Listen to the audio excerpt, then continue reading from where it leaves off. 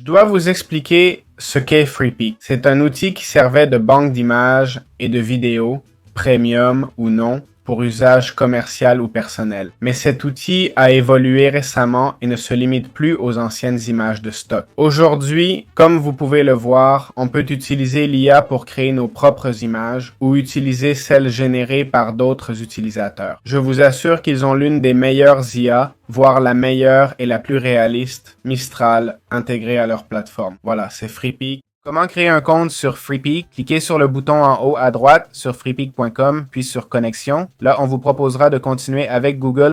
Cliquez dessus. Ensuite, sélectionnez simplement le compte que vous souhaitez utiliser. Et voilà, vous avez créé votre compte. Comment utiliser FreePic comme banque d'images? On va dans la section Recherche et on cherche ce qu'on veut. Par exemple, on veut une photo de panda. On tape panda. Important, dans Licence, sélectionnez l'option Gratuit. On aura des images de panda, y compris celles générées par IA. C'est crucial car ça nous donne accès à plein d'images variées. Si on veut un panda robotique, on le trouve ici. C'est génial. On peut l'utiliser sans souci pour une vignette ou autre chose. Voilà, c'est aussi simple d'utiliser cette banque d'images. Avec le Premium, on peut accéder aux options payantes. On peut exclure les images générées par IA si on veut. On peut aussi choisir l'orientation et d'autres critères. Bref, c'est vraiment simple comme tout. Comment générer des images avec FreePic? On va dans iSuite, puis Créer, et enfin iMage Generator. Dans cette section, on peut mettre une image. Je vais taper Panda. Il génère un panda tout seul. On peut cliquer sur Inspiration pour qu'il génère l'image lui-même. On choisit le mode. Il y a flux basique inclus dans la version gratuite. Il y a aussi Google Imaging et même Mystic. Mystic est fou en qualité.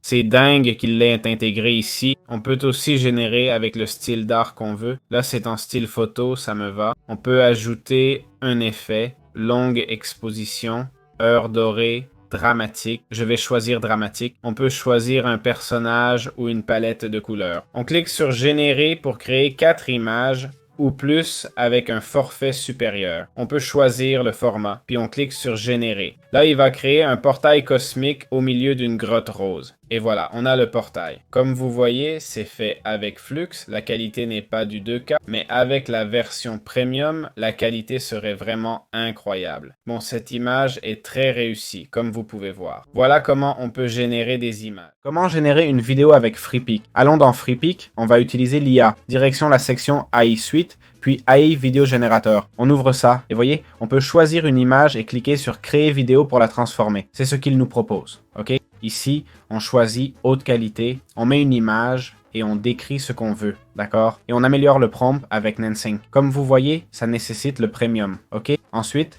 il y a l'option rapide pour mettre l'image de début et de fin, ok? Pour un résultat, on peut ajuster la durée et d'autres trucs dans la description. Et enfin, le plus intéressant, c'est la section juste, où on choisit l'outil qu'on veut utiliser. Comme vous pouvez le voir, leurs outils sont loin d'être une blague. Ils ont Google VO2, un outil vraiment excellent, et Wyon, qui n'est pas en reste, d'accord? Différents Minimax, le Room Wide, ok? Etc. Et on peut essentiellement de façon personnalisée, puis on choisit le modèle voulu, on charge une image et on décrit le prompt ici. On peut aussi ajouter un effet caméra, d'accord? Par exemple, la caméra qui monte, qui descend. Vous voyez? Comme on le voit ici dans les différents plans, c'est ce que cet outil nous permet de faire. On clique sur Upgrade, on ajuste le temps et l'aspect souhaité, et voilà comment on génère des vidéos avec Little Big. Comment créer des maquettes avec FreePic? Pour cela, on va sur FreePic, puis AI Suite, et dans Create, on choisit Mockup Generator. Dans la section maquette, j'en ai déjà une, mais en gros, on choisit l'image sur laquelle on veut placer l'élément. Par exemple, prenons une casquette. On clique sur Modifier, et là, on va ajouter une image. J'ai cette image téléchargée, on la sélectionne, on peut choisir Fits ou Fill. Ça ne change pas beaucoup et on ne peut pas trop ajuster la position, ce qui est dommage. Mais bon, ça permet de faire des maquettes d'articles plus ou moins bien. Je trouve qu'il manque des options de personnalisation, mais c'est comme ça qu'on fait des maquettes avec FreePic. Comment générer des voix avec FreePic? En gros, on va dans AI Suite, on clique sur Créer et on va dans la section AI Voice Generator. Là, une nouvelle section de FreePic s'ouvre appelée Tunes .freepik.com nommé VoiceOver. On clique sur générer des VoiceOver et à partir de là, on peut écrire ce qu'on veut. Par exemple, j'ai choisi cette voix, on peut sélectionner la langue si on veut avec tout ce catalogue d'utilisateurs. Ici, on écrit bonjour, on ajoute des pauses avec le bouton pause. Pour une demi-seconde, 1 seconde, 2 secondes. Passez une excellente journée. On peut modifier la vitesse de parole.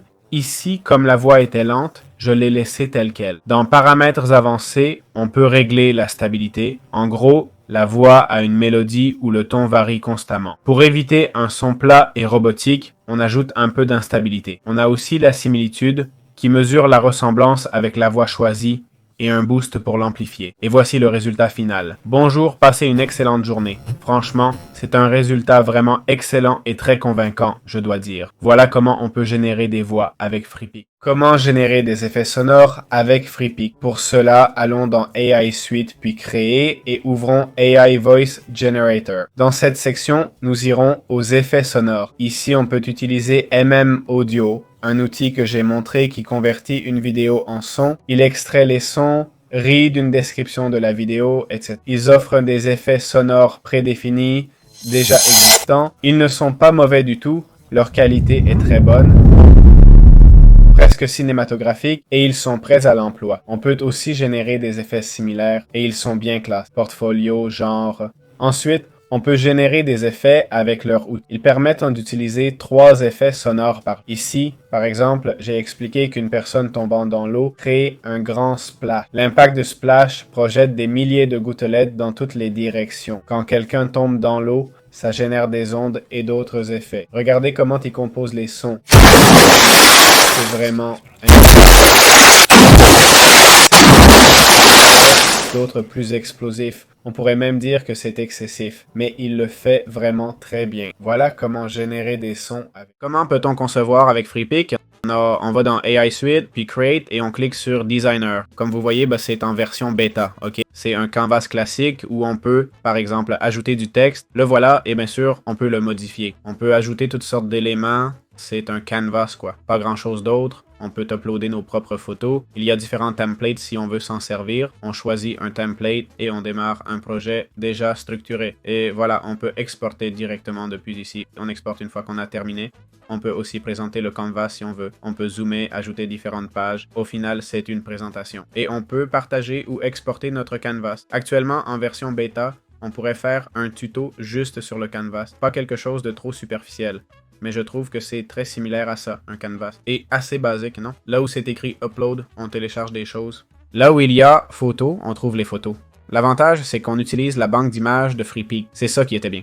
Voyons si je cherche Panda, effectivement. Le bon côté, c'est qu'on utilise leur banque d'images. Et franchement, leur banque d'images, rien à redire. Rien à redire, mais elle est complète. Ainsi, ce design permet d'avoir tout de façon centralisée, sans devoir constamment chercher des images ailleurs. On les a directement ici. Voilà, c'est aussi simple que ça. Il y a aussi une section AI Presentations où on peut spécifier un sujet. Voyons, football, 8 pages, créatif et en anglais. Et je veux le style. Attention à ce qu'il va me faire.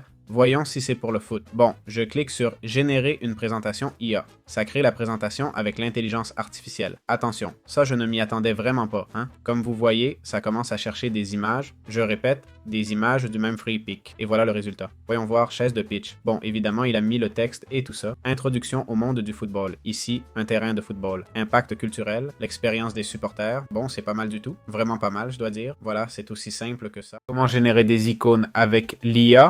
Avec l'IA de Freepik, on va sur AI Suite, on clique Créer, puis AI Icon Generator. Dans cette section, on entre ici pour définir ce qu'on veut. Il demande quel type d'icône on veut générer. 12 sur 4 icônes restantes. Je vais lui demander de générer un clic de souris, ok? Avec un style solide. Voyons ce qu'il fait. Il en génère 4 à la fois. Plus d'options serait bien, non? Je ne peux pas améliorer le prompt non plus. En théorie, ça devrait... Voilà. Il génère une souris, bien sûr. Je veux le clic, pas la souris. Ça, c'est le mode solide. Je vais essayer le mode plat et le mode couleur. J'utilise toutes les icônes. On peut voir un peu comment ça marche, non? Les logos sont vraiment bien faits. Je ne sais pas s'il les a générés par IA. Ça en a l'air, non?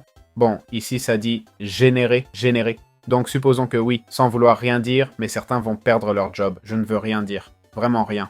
En mode plat, c'est vrai qu'il ne l'a pas fait non. Quand j'ai spécifié un clic, Dès que j'ai changé le clic, ça n'a pas marché aussi bien, hein? Ici, ce clic est à moitié réussi, pas plus. On dirait un clic sur une cloche, non? À vue de nez. Bon, peut-être qu'ils garderont leur job finalement. Mais cet outil est en version bêta, ok? C'est un outil qui, si je l'obtiens, voilà, est en bêta, ok? C'est nouveau et évidemment, ça ne va pas marcher. Mais comme vous voyez, ça commence à prendre forme. La souris, elle l'a fait parfaitement. C'est vrai qu'un clic n'est pas très spécifique. J'aurais peut-être dû essayer un truc cool, mais bon. Comme la chaîne s'appelle One Click Tutorials, je voulais le tester. Voilà comment on peut générer ni plus ni moins que des logos. Comment retirer le fond d'une image avec FreePic? Pour cela, on va dans FreePic, puis dans AI Suite, et dans la section Edit, on choisit Background Remover. Comme vous voyez ici, on peut télécharger notre image d'au moins 224 pixels en format JPG, PNG, et jusqu'à 8 mots maximum, donc pas trop lourde non plus. Et ça nous permet de faire cet effet où on retire le fond.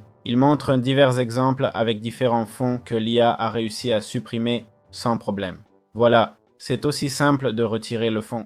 Comment peut-on agrandir une image avec FreePic? En gros, on va sur FreePic, puis AI Suite, Edit, et enfin la section Upscale. Augmenter résolution et détail. Dans cette section, on peut simplement télécharger une image et choisir le mode qu'on veut. D'accord? Il y a le mode classique avec quelques options de base. On peut choisir magnifique où on décide comment on veut le faire. Le niveau de créativité, c'est le degré de détail supplémentaire qu'on veut ajouter. On peut l'optimiser pour une couverture, de l'art ou un jeu vidéo. Un rendu 3D, l'évolutivité. Le HDR améliore la définition, mais à haut niveau, ça peut créer des effets artificiels. La ressemblance ou des valeurs élevées rendent le résultat plus fidèle à l'original, mais peut causer des erreurs. Des niveaux bas donnent plus de liberté à l'IA, mais le résultat peut s'éloigner de ce qu'on avait prévu. Ensuite, la fractalité permet de contrôler le détail de chaque pixel. Moins de fractalité signifie moins de bugs. Plus de fractalité donne plus de détails, mais aussi potentiellement plus de bugs. Enfin, Lensshine explique brièvement ce que fait chaque option. Cela dépend du type d'image qu'on a et d'autres facteurs. On entre simplement le prompt pour l'upscale souhaité. On lance l'upscale avec la version premium. Voilà comment on peut faire des upscales. Comment transformer un croquis en image avec FreePic? On va dans AI Suite puis Explorer AI Suite et on descend. Ici, on trouve l'outil AI Sketch to Image. Ça nous permet de convertir un croquis ou un dessin en une image grâce à l'intelligence artificielle. On peut régler l'imagination dans la partie supérieure. Si j'exagère, ça transforme trop l'image. Vous voyez, l'humain n'est pas bien reconnu. Ça se base un peu sur le contexte de l'image. Si je mets un dauphin et que je le déplace, pas de cerise, pas de dauphin, ça fait ce qu'il veut. C'est cool de jouer avec l'imagination pour les résultats. Voilà comment on peut le faire. Et bien sûr, on peut effacer le canevas du croquis.